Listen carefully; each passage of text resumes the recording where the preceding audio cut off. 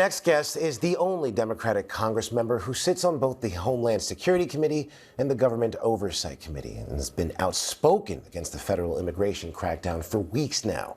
Virginia Democrat James Walkinshaw joins me now. Congressman, what's your reaction to today's fatal shooting in Minneapolis and that DHS says the man approached U.S. Border Patrol officers with a 9mm semi-automatic handgun? What's your reaction to that? Well, my reaction first to the killing is we have to be clear-eyed about what's happening. What's happening right now in this country is the Trump administration has assembled a large paramilitary force and they are executing American citizens. First, Renee Good, now the latest shooting in Minneapolis. The Trump administration and DHS assertion that the victim of this killing was brandishing a weapon is flat out untrue. Anyone can watch the video and see with their own eyes he's holding a cell phone. He's not holding a weapon. Perhaps he had a weapon on his body, but he wasn't brandishing it. He wasn't threatening anyone. He wasn't threatening the agents who were there. They just killed him. They flat out killed him. It's sickening and outrageous. Now, Congressman, you visited Minnesota amid the protests and has been publicly pushing to rein ICE in.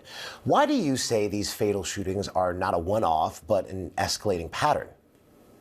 Well, after the killing of Renee Good, I said publicly that the Trump administration's response, their false labeling her a domestic terrorist, their assertion that these federal agents have, quote, absolute legal immunity, would lead to more killings. And unfortunately, we learned today that I was correct. The Trump administration at the highest levels, the president, the vice president, the secretary of Homeland Security, are countenancing this type of violence in American cities against the American people. And if they don't change, it will continue and there will be more death.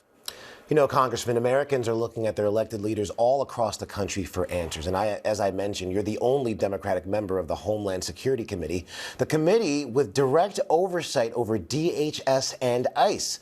What are you telling your members across the aisle right now? Well, what I tell my colleagues on the Republican side is if they have a shred of conscience remaining, they should stand with the American people and stand against the brutality that the American people are experiencing at the hands of their government.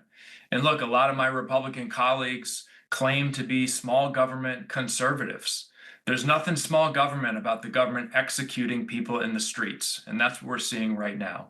Unfortunately, to date, our Republican colleagues haven't demonstrated the courage to take on Donald Trump. I don't believe, but I hope that will change. Representative James Walkinshaw, thank you for your time.